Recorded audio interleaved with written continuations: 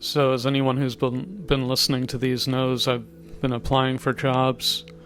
It's demoralizing. It just is. I think it's, I see a lot of TikToks where I see, especially younger people, talking about how they have a BA or they even have a master's degree, and yet they're applying for retail jobs. And it's because, I want people to know this, that even though we have the internet now, and we're acting like it's some new magical doorway to opportunities that you never had, which it can be, but it's like the way people get jobs is still the same that it ever was, which is either like nepotism, where it's just straight up, the son of someone, he helps him get a job, and in and of itself, that's not bad, but it's just we're being made to think that that's somehow not in play anymore, or like things are more fair now or something. And also just when somebody has friends and stuff like that. So anyway, I had to update my resume and stuff like that. So, but I applied for a few jobs, positions, and as I said, I got immediate rejections. And that's a problem. That tells you that something's wrong. And why does it tell you that something's wrong? Well, because it's an algorithm determining that you gave the wrong responses, So nobody ever even sees you. Nobody talks to you. It's wrong. It's wrong-headed. It's just a wrong way to do. It doesn't matter if you're like Facebook or whatever the fuck company you are. And I say that partly because these tests that they give you, they're so silly, and they're not IQ tests.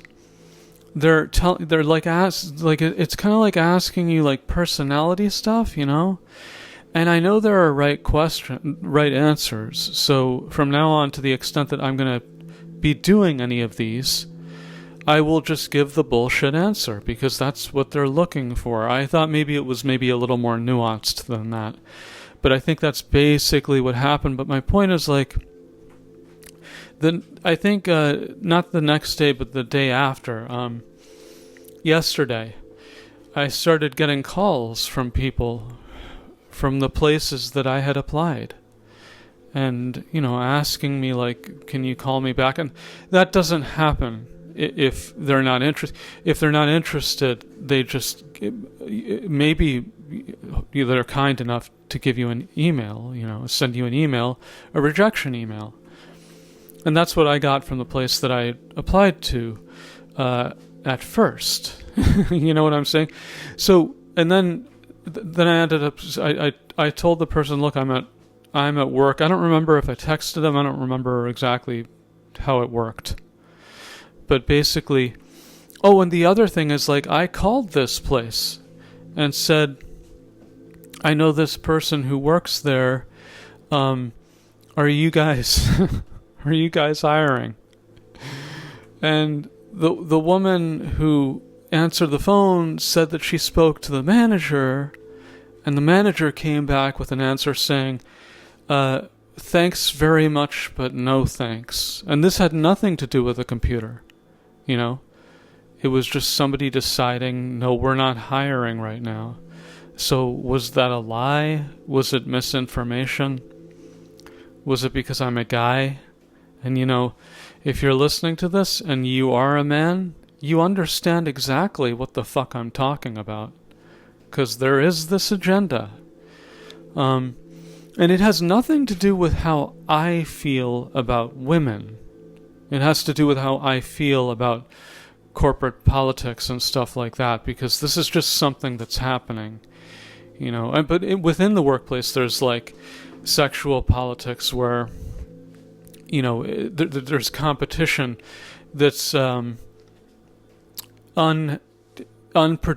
it's anti-productive. But we continue to do this. And I don't know, I think companies on some level, maybe they foster this drama I don't know. Like, I don't know why you would do that, but I just know what I've seen in the years that I've worked. So yeah, this woman, I call the place that I'm applying at, or, prospectively applying at, and I ask, because I had a contact at this point, and sorry to be so vague, but I just don't want to get into specifics, but I had a contact, and I said, so-and-so knows so-and-so, and, like, maybe you're hiring, and the woman said that she spoke to the manager, and the answer was thanks but no thanks, and we don't need anyone right now. And I was like, okay. And P.S. the guy who I had never even spoken to him. He called me the next day and said, "Yeah, you applied here, right? I'd like to possibly set up an interview." And then I was kind of telling him, like, you knew that I knew your name already, right? And he said, no. It almost like he was a little bit creeped out, but then I explained it to him. And so it was just kind of a weird coincidence that of all the people, he ended up calling me. And he's like the head of the place. So, are people full of shit?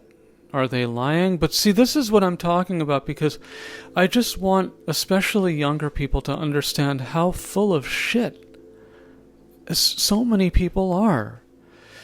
Where, you just can't really get distracted by things like rejections and stuff like that, because, yes, it's always a little bit hurtful in whatever context. And you ask a girl out or something, you get rejected, whatever.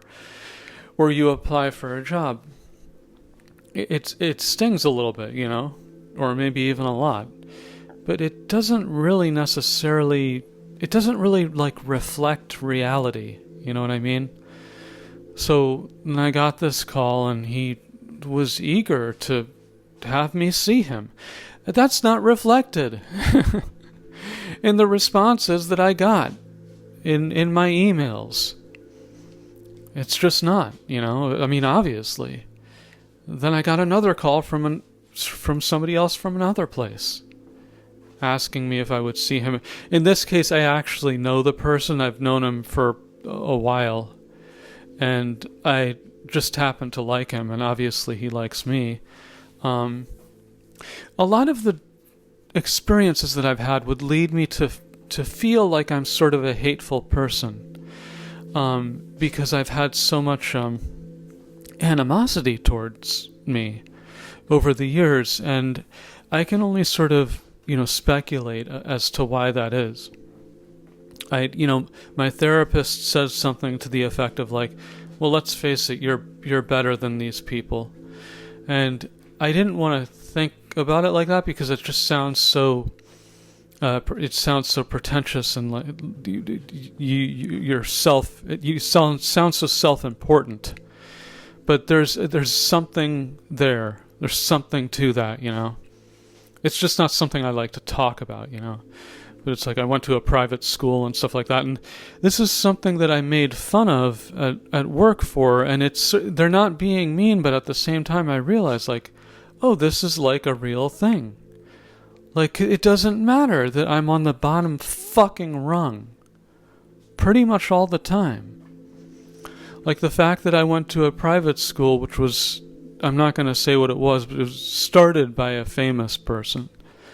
The fact that I went to a private school in the city, it does sort of, it carries something with me throughout my life. And I don't even mean, I don't want to say a stigma, but it's like good and bad, So like I'm somehow coming across as pretentious. Or something like this. Not pretentious, because I'm really not pretentious. I don't care. Like, I talk to anyone, but I think I'm coming off as like a little bit standoffish and stuff. My sister explained this to me one time. She said people are threatened, and I didn't know this. Like, I mean, usually I can kind of intuit certain things on my own, but this one, when she told me, I was like, that makes sense, and it didn't really occur to me before. But she said people are threatened by introverts, because you're not talking to a whole bunch of people. You're not interested in the gossip. And they're thinking, what's going on there? Does he have an ulterior motive? Why isn't he interested in the retarded gossip? Why isn't he like hanging out when other people are eating? And again, I just want to clarify, like I'm not antisocial in that context, but I did, like, when I take a break or something, I want to be on my own, basically, because I don't, the constant fuck, there are people who just don't shut the fuck up. And I don't really know why you would want to be around that all the time anyway, But for me, it's really genuinely exhausting. So that's the way I am. Like, I'm nice to everybody, and I will talk. Like, I'll be like, how are you? What happened with that thing you were going to take your car to the mechanic? What happened with it? Whatever, like that type of thing. But it doesn't seem to be enough, especially for a certain type of person, because I still tend to like just kind of keep to myself. It just tends to be the way I am. And apparently that is intimidating to some people. It never occurred to me that way, because to me, I'm intimidated by the extroverts, because it's exhausting to me, and I feel like I can't match their energy. You know what I mean? So like, to me, I'm intimidated. I'm not afraid of them, but like, it's just like, oh man, we have to do this again, like talk about nothing. But to them, it's like, they're seeing a person who maybe has an ulterior motive. Maybe there's a secret. Maybe they have knowledge that they're hiding, Something like that, It sounds like I'm overthinking, but I just kind of think there's something to that.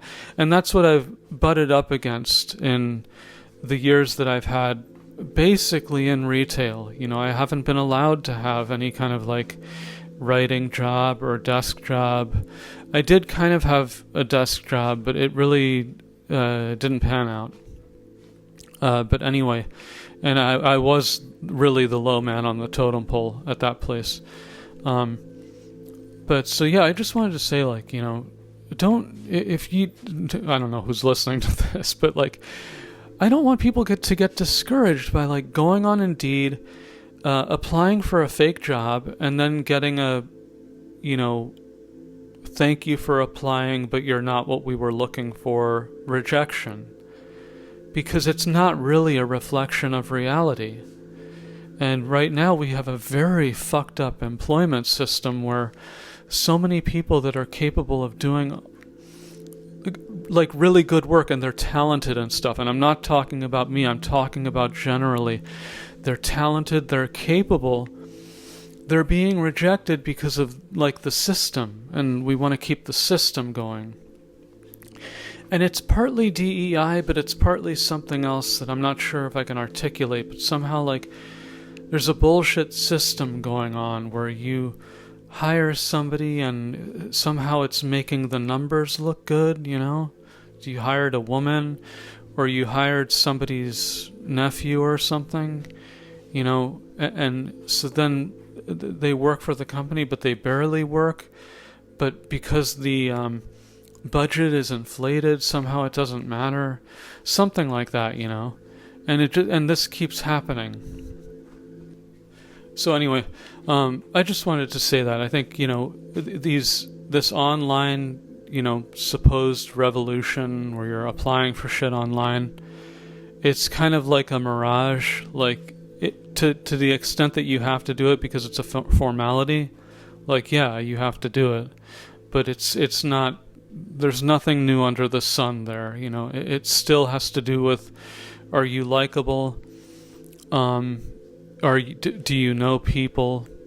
Are you related to somebody? And yeah, are you competent?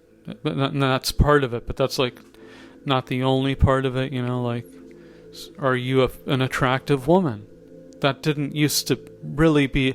That used to be like if you want to be a secretary or something. But like, it really is happening more and more, in my opinion. But so anyway, I was going to talk about the Lwwdc, which to me was an Lwwdc. I didn't This woman who lives next door to me must think I'm crazy, but whatever. So yeah, I didn't watch it. I think it was like 2 hours. I'm not gonna watch that shit. I mean, I kind of knew what it was gonna be about, and they disappointed everyone. Except the investors. You know? Nobody wants this shit. I mean, really, very few people give a shit about this Apple Intelligence stuff. So, it makes me a little bit sad because I grew up with Apple and I loved Macs when I was a kid. So, when Steve Jobs died, any company like this needs a vision. And when the vision becomes make as much money as possible, you've already lost, because that's not the way capitalism works when it's actually functioning, like in a normal capitalist incentive, it's like you're creating something, a service or a new way of doing something, and then that's how you make the money or create the company or whatever. And now it's just about being bloated and stock go up and all that stuff. So anyway, I was thinking about an analogy. I think that's the word for it. But so just the way that the iPhone is going. And by the way, I'm really glad that I kept my old phone because I knew that they were going to. I basically knew what they were going to do, which is double down on what they're doing with iOS 26. Which, if you use iOS 26 and you're not frustrated by it, that's great, good for you. But to me, it's it's bad. It's just it's bad because it's like a portent of the future. In and of itself, it's not horrible, but it's like we can now see what they're going toward, And it's like it's kind of like it feels like they made the iPhone as good as they possibly could. And then they had to start doing gimmicky things, But so the comparison that I was thinking about with, and why Apple AI, whatever, is kind of like, I don't know what to call it, but it's sort of like it's a distraction. I don't even want to say it's useless. It's useless to me because I don't use anything related to it, but it's a distraction. But so what was one of the main features about the iPhone? My cat's distracting the shit out of me. What was one of the main features when the iPhone came out and started having the sequels and the iterations? What was one of the main things about it that people would get excited about with each new version of the iPhone and that they would brag about? Very openly, they would brag about this feature.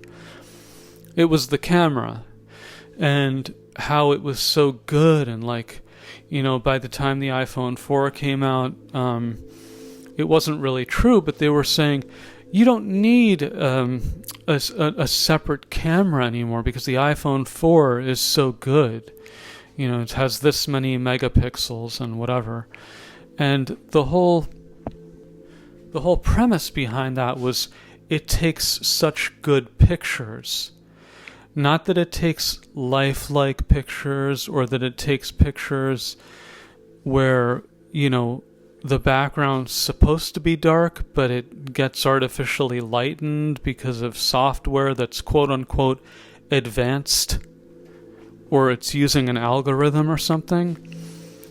The whole conceit was it takes really good, accurate pictures. And it continued that way for a while, and there was you got to a certain point where that actually was true if you're sort of casually taking pictures and you don't need to have, a close-up, a zoom function, and you don't need to be able to really control things like the aperture and the whatever, things like that. You don't want to futz around with them.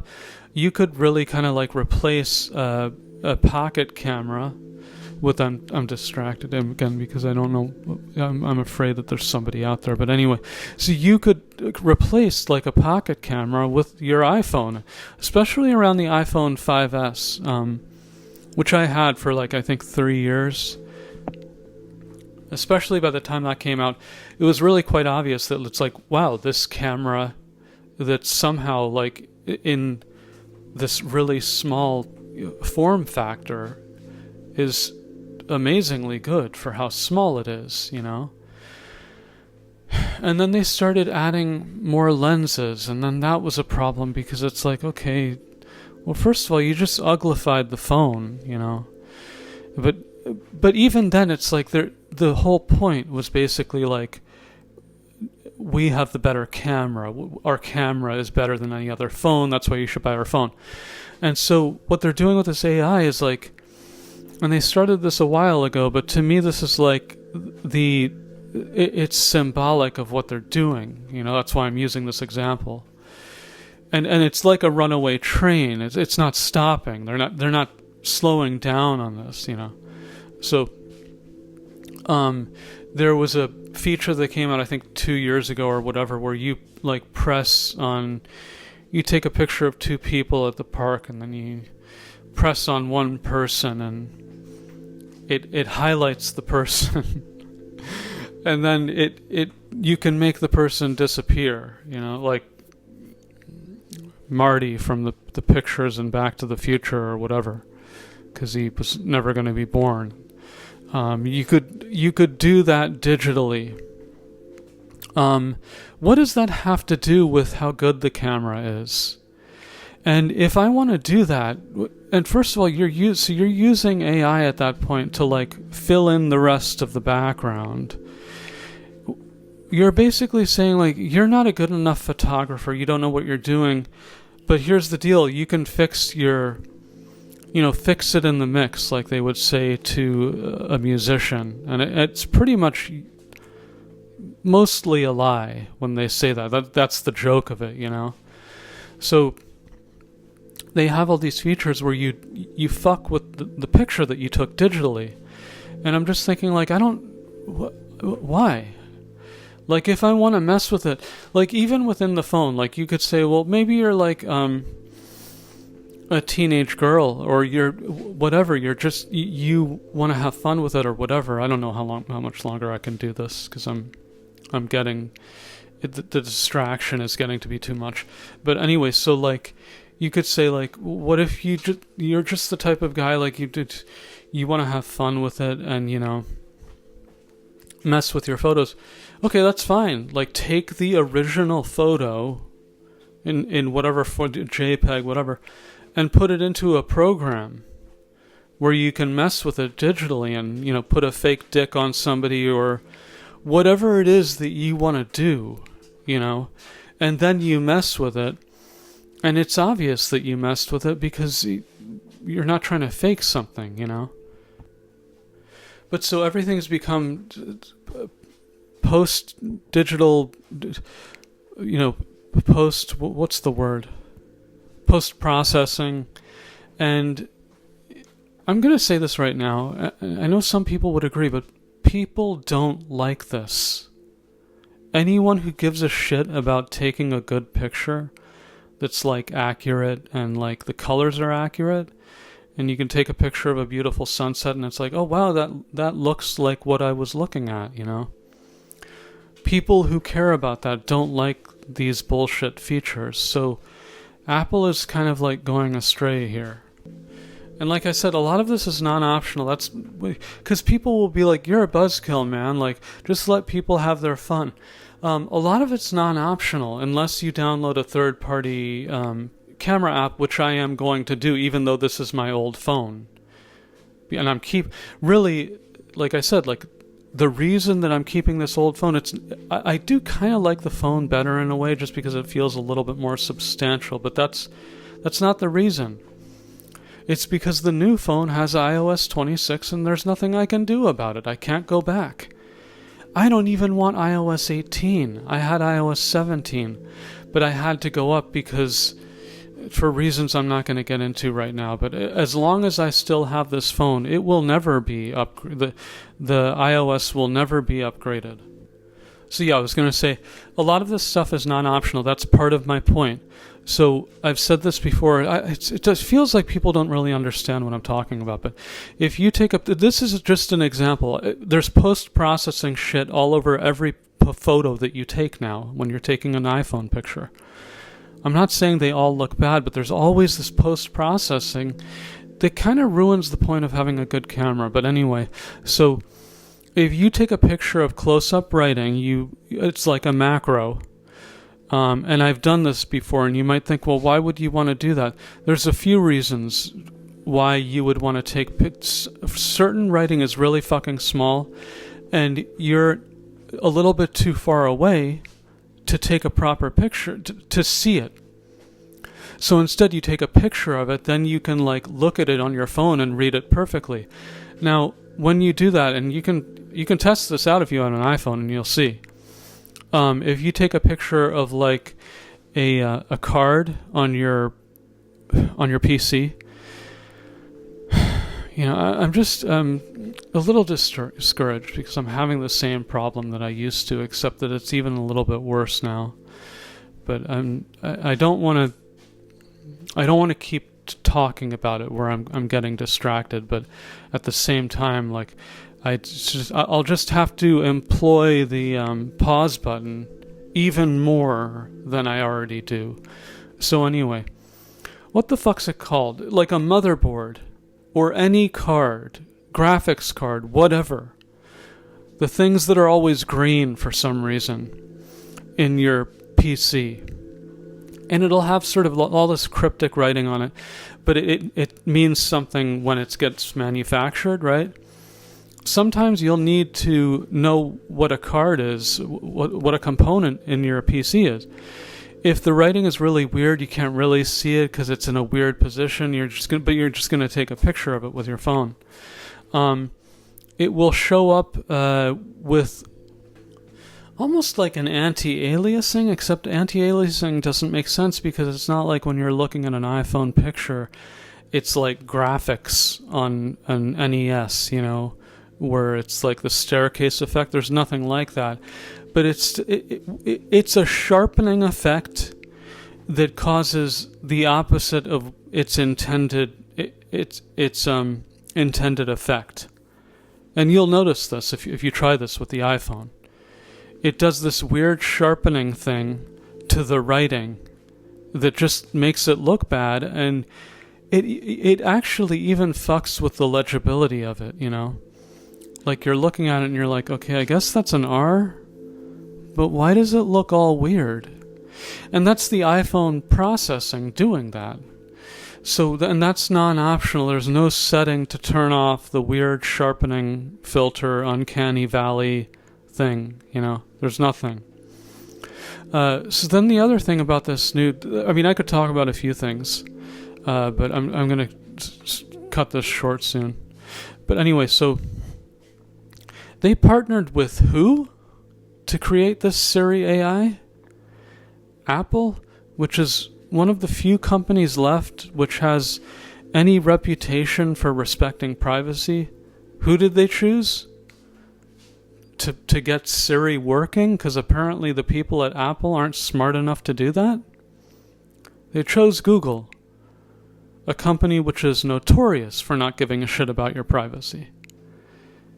And it's also notorious for not having a very good AI. So that's like, I don't know, to me that feels like kind of a middle finger to people who are fans of Apple, because if you like, and I'll just use myself as an example, part of the reason, in fact really the reason, when I was trying to get a new phone, the reason I didn't get an Android is because they're so Google centric, and I just didn't want to endorse that company, or patronize, whatever, buy something from them. I don't like the way they do their business, and Apple has pro-privacy policies. So if you're using an Android, and especially if you're using a Samsung, I feel like, again, it's not like I would never use a phone like that, but like to me it's like the big brother like watching you all the time, and you're tracked all the time, and don't worry, if you don't do anything wrong, you don't have anything to worry about. That's sort of like really that's part of the whole Android thing. That's how I feel about it. So that's why I don't use an Android. It's not because it doesn't have the elite status of an iPhone or something, because a lot of other phones are really nice too. So yeah, so that's a weird fuck you to Apple users. Like I said, I wanted a fingerprint sensor so badly that I was almost going to switch to Samsung, but their privacy policies bother me too much, so I decided not to.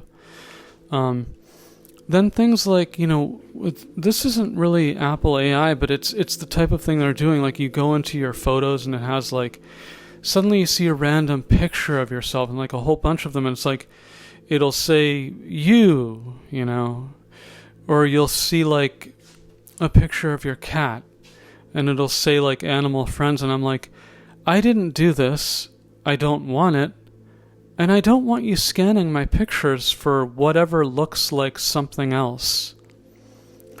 And I know that there are some people who would again sort of do this thing of like, oh well, who cares, it's just fun, let people have fun. And it's like, okay, that's fine, but I don't want it. Just give me the switch to turn that off, It's actually really disruptive. It really is. I'll just give an example. Like, I saw a picture of that I didn't really want to see, and it made me sad. But it said something like animal friends, and it had one of the last pictures I took of my last cat where he was dying. I don't want to see that. But because they're grouping things by this horseshit AI that they're putting up everyone's ass that nobody wants, I'm just so happy that everyone is making it so abundantly clear. If you're a boomer, I mean, good for you if you like this horse shit. I mean, I'm happy for you, but like, real people who are still like working and stuff, it's just the degree to which they're saying, fuck you, we don't want this. It's the whole thing is like, you could say, well, people have always objected to things in the past, and then, the power structure doesn't care. But here's the thing.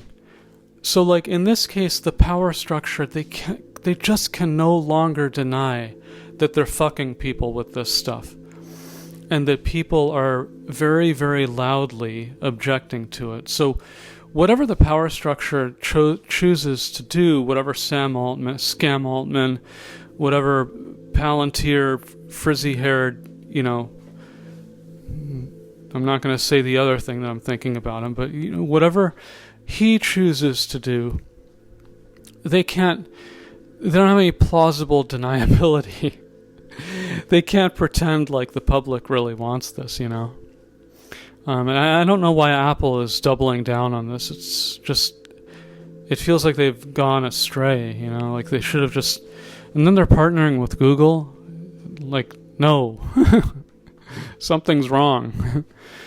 Anyway, yeah, that's about all. So like, I won't be, I watched like a recap of it, and all I thought was like, basically like, I'll say one good thing, just to close this out. Like, one good thing was when they said that you can describe an extension and then Safari can add that extension. So basically it's kind of like an Apple script, but you're creating it with,